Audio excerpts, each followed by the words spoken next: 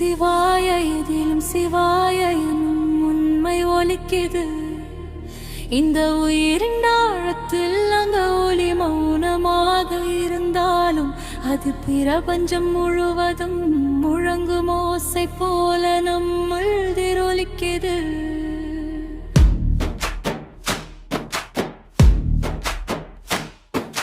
காற்றின் நிழலில் கூட அவன் இருப்பை உணர முடியும். நிலாவின் மென்மைய ஒளியில் அவன் கருணை தெரியும். சூரியன் உதிக்கும் ஒவ்வொரு காலை உன் புதிய வாழ்வு தரும். சிவனின் அருள் நம்மை எழுப்புகிறது இறங்கும் நேரத்தில் கூட ஹீரோயின் பின்னாலே ஒளியாக நின்று காக்கிறவன் அவனே. மூச்சின் வரத செலவுகளிலும் அரும் பகலும் உனக்குது. இதயம் துடிக்கும் ஒவ்வொரு நொடியும் சிவனின் நடனம் நடக்குது என்று உணர்ந்தவனுக்கு வாழ்க்கை ஒரு சாதாரண பயணம் இல்ல, அது ஒரு புனித யாத்திரையாகுது. மண்ணில் விழும் மழை துளி முதல் விண்ணில் பிரகாசிக்கும் நட்சத்திரம் வரையெல்லாம் அவன் உருவம் என்று புரிந்தவனுக்கு பிரிவு என்ற வார்த்தை அர்த்தமில்லாததாகி விடும். ஏனில் எல்லாமே ஒன்றே ஒன்றே சிவம். அந்த சிவமே நம்முள் ஒளிந்திருக்குது. பரம்பொருள் நம்மை நாமே தேடிக்கொண்டே இருப்பது அவனை தேடும் பயணம்தான் என்ற உண்மை ஒரு நாள் நமக்கு வெளிச்சம் போல் தெரியும் அன்றே. வாழ்க்கையின் எல்லா குழப்பங்களும் கடைந்து போகும்.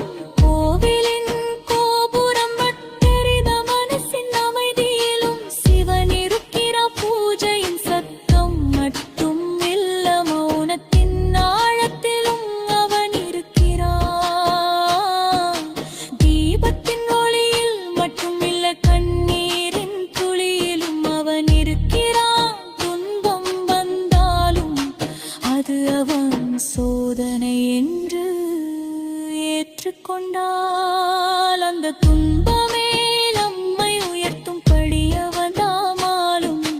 தடைகள் வந்தாலும் அது நம்மை பலப்படுத்தும் பாதையாக மாறும். இந்த உண்மையை புரிந்தவனுக்கு வாழ்க்கை எளிதாகிவிடும்.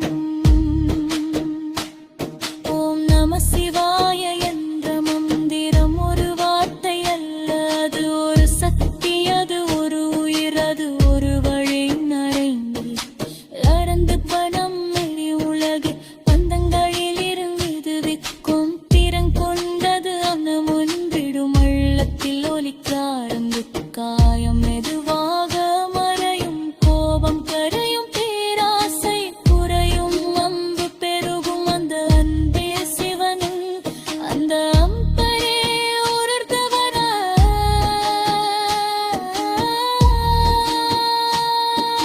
சிவனை உணர்ந்தவன் மலைகள் நின்ற அமைதியில் அவன் தியானம் தெரியும். கடல் அலைகளிலும் பலப்பத்தும் அவளாக்கும் தெரியும்.